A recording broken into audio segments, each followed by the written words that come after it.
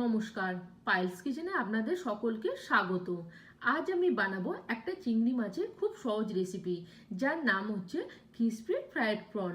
এই রান্নাটা আপনারা বাড়িতে খুব তাড়াতাড়ি বানিয়ে ফেলতে পারেন। ধরুন বাড়িতে গেস্ট এসে গেল, আপনারা কি করবেন খুব তাড়াতাড়ির মধ্যে বুঝতে পারছেন না, তো এই রান্নাটা বানিয়ে ফেলতে পারেন। খুব কম উপকরণ লাগে। চলুন দেখে নিই এই রান্নাটার জন্য আজ আমি কি কি উপকরণ নিয়েছি। আর একটা কথা আপনাদের জানিয়ে দিই, এই রান্নাটা যদি আপনাদের ভালো লাগে তাহলে কিন্তু আপনারা প্রচুর প্রচুর লাইক, কমেন্ট আর শেয়ার করবেন। আর যারা এখনো পর্যন্ত আমার চ্যানেলটা সাবস্ক্রাইব করেননি তারা অবশ্যই সাবস্ক্রাইব করবেন আমার নিত্য নতুন রান্নার রেসিপি পাওয়ার জন্য। চলুন দেখে নিই এই রান্নাটার জন্য আজ আমি কি কি উপকরণ নিয়েছি।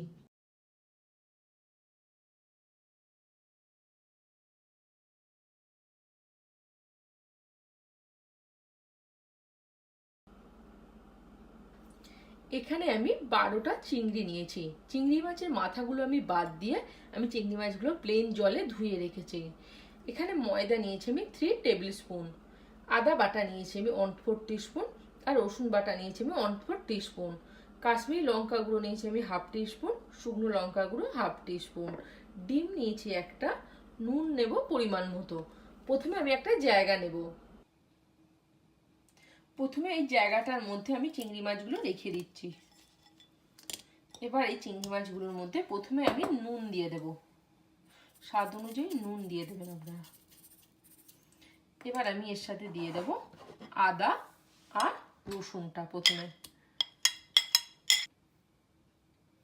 আদা রসুনটা দেওয়ার পর আমি ভালো করে চিংড়ি মাছের মধ্যে এটা মাখিয়ে নেব।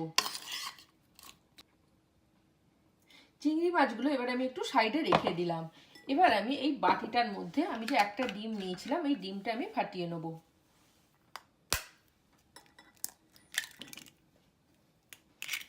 এবার আমি এই ডিমটার মধ্যে আমি স্বাদ অনুযায়ী নুন দিয়ে দিচ্ছি। এবার আমি খুব ভালো করে ডিমটা ফেটিয়ে নেব। ডিমটা আমি খুব ভালো করে ফেটিয়ে নিলাম। এবার ডিমটাও আমি সাইডে রেখে দেব। এবার আমি নেব ময়দাটা। এই ময়দাটার মধ্যে আমি দিয়ে দেব সামান্য পরিমাণে নুন আর লঙ্কা গুঁড়ো, কাশ্মীরি লঙ্কা গুঁড়ো আর শুকনো লঙ্কা গুঁড়ো।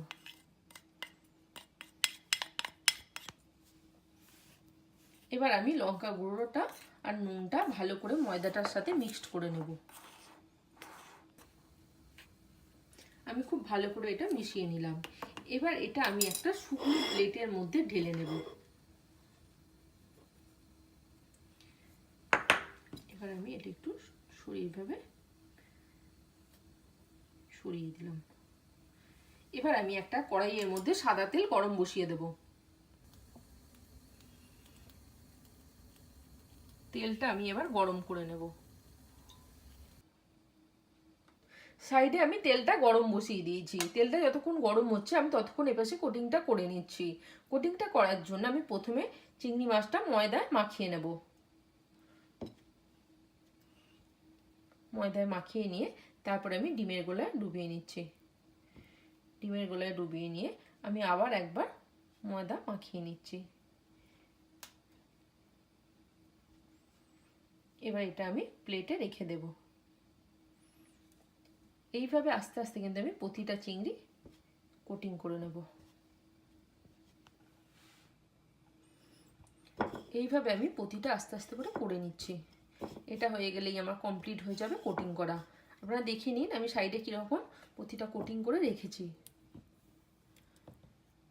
এইভাবে আমি আরেকবার আমি ময়দা মাখিয়ে নেব।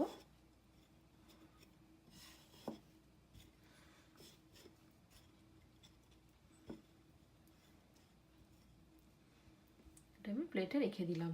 এবার আমি আস্তে আস্তে করে এগুলো ভেজে নেব তেল গরম হলে। তেলটা গরম হয়ে গেছে। এবার আমি আস্তে আস্তে করে চিংড়িগুলো ছেড়ে দিচ্ছি। গ্যাসটা কিন্তু আমার জোরে দেওয়া আছে।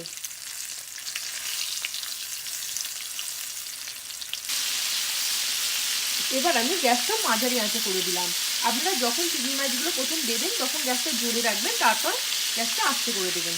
এবার এগুলো আমি লাল লাল করে ভেজে নেব। এক পিঠ আমার লাল করে ভাজা হয়ে গেছে। আমি আস্তে আস্তে করে এগুলো উল্টে দিচ্ছি।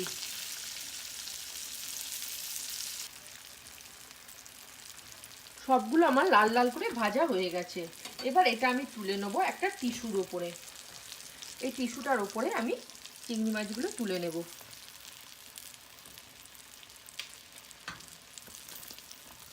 এইভাবে আস্তে আস্তে আমি সবকটা চিংড়ি তুলে নেব। রেডি হয়ে গেল আমার ক্রিসপি ফ্রাইড প্রন। আমি টমেটো সস দিয়ে এটা গার্নিশিং করলাম।